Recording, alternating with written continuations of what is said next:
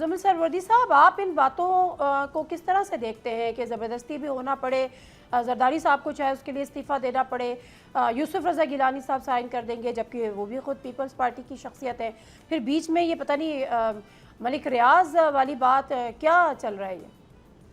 मैं नहीं समझता ऐसा कोई मंजरनामा मुमकिन। देखें, पीपल्स पार्टी के पास 2 सूबों की हुकूमत है। पीपल्स पार्टी के पास सेनेट में मुस्लिम लीग नून से ज्यादा वोट हैं। पीपल्स पार्टी के पास कौमी असेंबली में एक साइजेबल अक्सरियत मौजूद है। उनका चेयरमैन सेनेट मौजूद है। वो इस निज़ाम के 51% के स्टेक होल्डर्स हैं। 50% के नहीं है, 51% के स्टेक होल्डर्स हैं।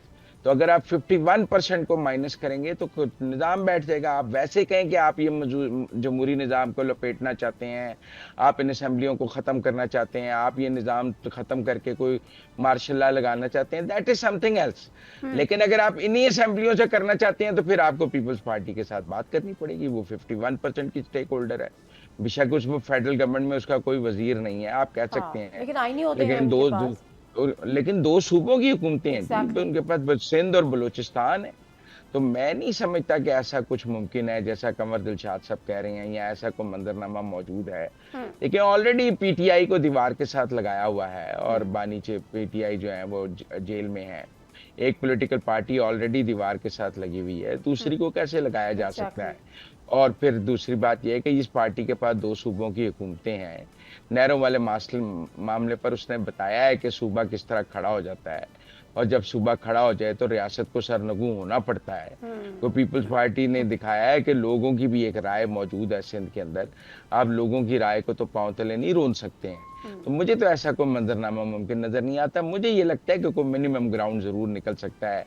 एनएफसी के ऊपर वफाक की जो मुश्किलात हैं वो बैठकर पीपल्स पार्टी से बात होकर उसका एक ऐसा रास्ता निकल सकता है कि हम वफाक को फाइनेंशियली वायबल करें। देखिए, इस वक्त सबसे बड़ा मसला है कि वफाक फाइनेंशियली वायबल नहीं है। और सूबे बहुत अमीर हैं। सही है मुज़म्मिल सरवदी, लेकिन एक बात मुझे बताएं कि जब ये अगर आज इसको इस तरह समझा जा रहा है कि वफाक की जो माली खुद मुख्तारी है वो कॉम्प्रोमाइज़ हो जाती है, सूबे ज़्यादा ताकतवर हो जाते हैं इन टर्म्स ऑफ फाइनेंस, तो क्या ये अमल दुरुस्त था जिस वक्त ये 18वीं तरमीम हो रही थी, या उसका मिस कैलकुलेशन हुई? उस वक्त समझ नहीं आया था कि वफाक कमज़ोर होगा इस तरह से? देखिए, उससे पहले वफाक बहुत मजबूत था और सूबे महरूम थे। हम एक एक्सट्रीम से दूसरे एक्सट्रीम की तरफ चले गए। उस वक्त सूबों की महरूमियों की बात की जाती थी, वफाक सूबों के पैसे रोक लेता था। किसी सूबे में वफाक की मुखालिफ हुकूमत आ जाती थी, उस सूबे के पास तनख्वाहों देने के पैसे नहीं होते थे। हर सूबा हर वक्त वफाक की तरफ देखता रहता था। वो भी कोई आइडियल सिचुएशन नहीं थी। लेकिन एक और ये दूसरे एक्सट्रीम पे जाना भी एक्सट्रीम पे नहीं था। तो मेरे ख्याल में अब कोई मिडिल ग्राउंड तलाश की जाएगी। हमने 2 एक्सट्रीम्स देख ली हैं, हमने एक वो एक्सट्रीम भी देख लिया और एक ये एक्सट्रीम भी देख लिया। बिल्कुल मिडिल ग्राउंड निकलना चाहिए। कंवर दिलशाद साहब, आप मिडिल ग्राउंड पर बात क्यों नहीं करते? आप जिस तरह से हम बात कर रहे हैं कि वो भी एक एक्सट्रीम थी, यानी प्री 18th अमेंडमेंट और पोस्ट 18th अमेंडमेंट सिनेरियो भी एक एक्सट्रीम था, हम मिडिल ग्राउंड की बात क्यों नहीं कर रहे? आप आगे जिस तरह से बड़ा वजन है इनकी बात पे, मुज़म्मिल सरवर्दी साहब की इस बात पर कि एक आपने बड़ी सियासी जमात को ऑलरेडी आपने दीवार से लगाया हुआ है, क्या अफोर्ड कर सकती है रियासत के एक और जमात को उनके साथ ले जाके खड़ा कर दें, और वो भी उसको जो 51% की स्टेक होल्डर है इस सिस्टम की? इसमें सबसे बड़ी अहम बात ये नजर आई है कि जो हमारी 18वीं अमेंडमेंट के बारे में, तो इमरान खान जो प्राइम मिनिस्टर थे पाकिस्तान के, उन्होंने भी इसमें तरमीम करने का एक मंसूबा बनाया था। और उस जमाने में भी ये 18वीं अमेंडमेंट में कह रहे थे, इमरान खान की स्टेटमेंट देखें आप, वो भी ये कह रहे थे कि सूबे बहुत मजबूत हो गए हैं फाइनेंशियल लिहाज से, और मरकज जो है वफाक कमजोर हो गया है। उनका भी प्रोग्राम था जो वो नहीं कर सके। अब ये जब ये मौजूदा हुकूमत आई है, ये उस वक्त कह रहे थे हमने अपने वफाक को मजबूत करना है। इसे आर्मी के चीफ जनरल कमर जावेद बाजवा ने कई दफा कहा कि हमारे सर बात ये नहीं हो रही कि कौन चाह रहा था या कौन नहीं चाह रहा था, लेकिन ये एग्जीक्यूटिबल है या नहीं है, दिस इज माय क्वेश्चन। जो मुज़म्मिल सरवर्दी साहब फरमा रहे हैं कि 51% के स्टेक होल्डर को आप कैसे सिस्टम से माइनस करेंगे जो ऑलरेडी आपने एक जमात हुई हुई है? देखिए, अगर इमरान खान 18वीं तरमीम के मुखालिफ हैं तो पीटीआई सुबह ऐलान कर देगी हम मुस्लिम लीग नून के साथ मिलकर इसको रोल बैक करने के लिए तैयार हैं, फिर पीपल्स पार्टी की जरूरत नहीं रहेगी। तो 2 तिहाई का खेल है ना। अगर इमरान खान 18वीं तरमीम के खिलाफ हैं तो बैरिस्टर गौहर सुबह ऐलान कर दें कि हम इसको रोल बैक करने के लिए मुस्लिम लीग नून और एमक्यूएम के साथ खड़े हैं, तो 1 घंटे में तरमीम हो जाएगी, 2/3 पूरी हो गई। मामला तो 2/3 का है। जी कंवर दिलशाद साहब। जनाब ठीक है, नहीं मैं तो सबकी राय ले बात हो रही है ना। बात यह है कि 18वीं अमेंडमेंट को हमके जिसमें अगर खास वफाक कहीं कमजोर नजर आ रहा है तो उसमें तरमीम करने में क्या अर्ज है। नहीं नहीं, अब ये हर्ष तो कोई 2-3 बात ही महीने नहीं हो रही ना, हर्ष की तो बात ही नहीं हो रही मुजम्मिल साहब। वो कंवर दिलशाद साहब वो कह रहे हैं कि करें, अफाम तफहीम से करें, कंसेंसस के बगैर नहीं हो सकती। पीपल्स पार्टी को सिस्टम से माइनस नहीं किया जा सकता, कॉर्नर नहीं किया जा सकता। लेकिन आपको क्यों पीपल्स पार्टी का जो मुस्तकबिल है वो मखदूश नजर आ रहा है? क्या नजर आ रहा है आपको पीपल्स पार्टी? आप तो बिलावल भुट्टो जरदारी साहब के नाअहली तक पर पहुंच गए थे। अच्छा, नाअहली की बात कर रहे हैं, उसके बारे में बात यह है कि ये 3 साल से ये केस चल रहा है। ये सुप्रीम कोर्ट में भी, लाहौर हाई कोर्ट में भी है, इलेक्शन कमीशन पाकिस्तान में भी। एक इसके बकायदा एक एप्लीकेशन पिटीशन दाखिल हुई है कि एक इलेक्शन एक्ट का जो सेक्शन 205 है उसमें ये लिखा हुआ है कि एक शख्स एक ही पार्टी का मेंबर रह सकता है, दूसरी पार्टी का वो मेंबर या ओहदेदार नहीं बन सकता। अब ये बिलावल जो है वो पाकिस्तान पीपल्स पार्टी के चेयरमैन है और पाकिस्तान पीपल्स पार्टी पार्लियामेंटेरियन के वो बाकायदा वाइस चेयरमैन है या को चेयरपर्सन है।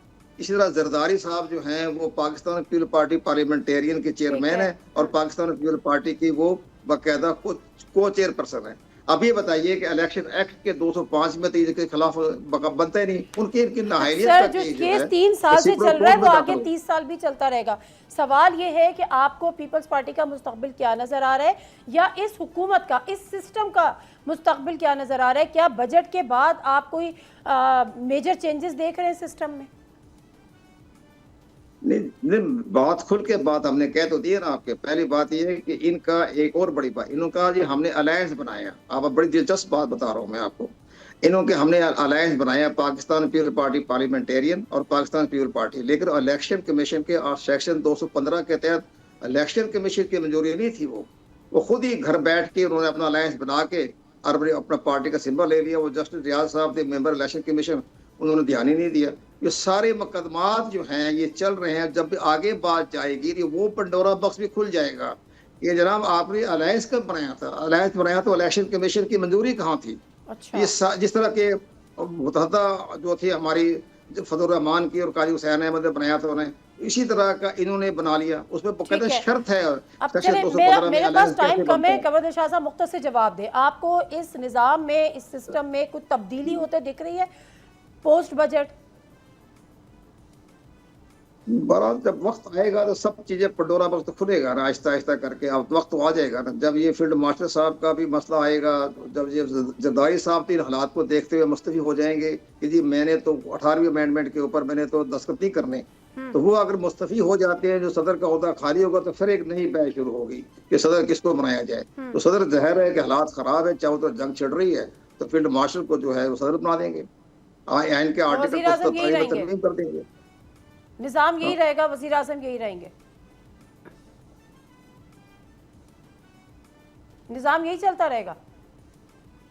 तरमीम करनी पड़ती है, तरमीम हो जाएगी। 27वीं अमेंडमेंट भी होगी, 26वीं मैं अमेंडमेंट भी होगी, लास्ट तरमीम होने में देर नहीं लगनी। ये सारी बातें, ये सारी सुल्तान राय की बातें कर रहे हैं, फिल्मी बढ़के मार रहे हैं। जब फैसला आएगा चंद घंटों में फैसला हो जाएगा, उसी को दस्तखत भी हो जाएंगे, बिल भी पास हो जाएगा। रात को 11-12-2 बजे तक असेंबली का इजलास चलेगा, बिल पास हो जाएगा।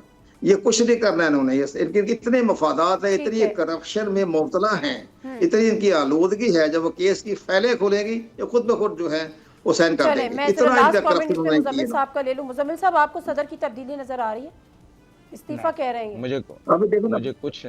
मुझे नहीं नजर आ रही बात। आप इनसे कहें कि ये कोई तारीख दे दें, ताकि उस तारीख तक ये एक तारीख दे दें, ताकि हम उस तारीख के बाद आपके साथ दोबारा शो कर लें। अब ये कहें कि सदर जा रहा है तो वो तो शायद 2029 में तो चला ही जाए। ये कोई तारीख दे देना कि इस डेट तक हो जाएगा, कोई एक डेट दे दें कंवर दिलशाद साहब, ताकि हमें पता लग जाए कि कोई एक कट आउट डेट है इनके पास। भाई हम तो तजवीज देने वाले हैं, हमने क्या करना है? आपने बात तजवीज दे दी, हमने दे दी, हमारे दोस्त ने नहीं, आप कह रहे हैं सदर चले जाएंगे।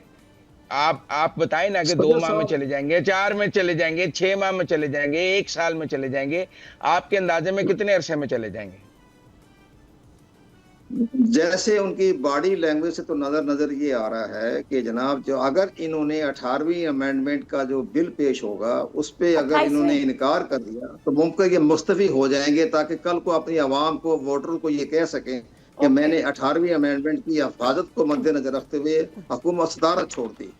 तो ये कह सकते हैं इस लिहाज से वो अपनी पार्टी के वफादात की खातिर वो पार्लियामेंट में 2/3 पीपल्स पार्टी के वोटों से ही पूरी होगी ना। अगर नीचे पीपल्स पार्टी ने पार्लियामेंट में वोट डाले होंगे, सेनेट में पीपल्स पार्टी ने वोट डाले होंगे, तो फिर ऊपर इस्तीफा देने का तो लोग ड्रामा ही कहेंगे ना।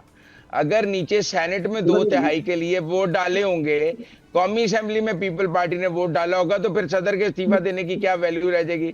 लोग कहेंगे आपके मेंबरों ने वोट डाला है। के लिए तो बाकायदा ठीक है, सदर बनने के लिए 2/3 सारा कुछ मामला होता है, लेकिन जिस वक्त आप ये देखें कि 27वीं अमेंडमेंट में हमारे आइन में कहाँ जिक्र था फील्ड मार्शल का, आप ये बताएं ना। तो रातों रात लफ्ज लिखा गया ना फील्ड मार्शल, साथ लिखा गया ना चीफ डिफेंस फोर्सेज। आइन में कहाँ लिखा हुआ था पहले? आइन में वो तरमीम हो गई ना, 2/3 से कभी भी हो सकती है। तो 2/3 से हुआ ना, 2/3 से हुआ ना भाई, 2/3 से जुमा कर लें। 2/3 के लिए कोई मसला पैदा नहीं होगा जनाब, 2/3 भी हो जाएगी। पार्टी को आप भी जानते हैं, रातों रात एक नया पेट्रोल। नादिया ऊपर से जिन आएंगे, जिन आएंगे ऊपर से, जिन आएंगे जिन। फरिश्ते क्यों नहीं, सब कुछ हो जाएगा। जिन आएंगे जिन। सब्सक्राइब करें और बेल दबाएं ताकि कोई खबर रह न जाए।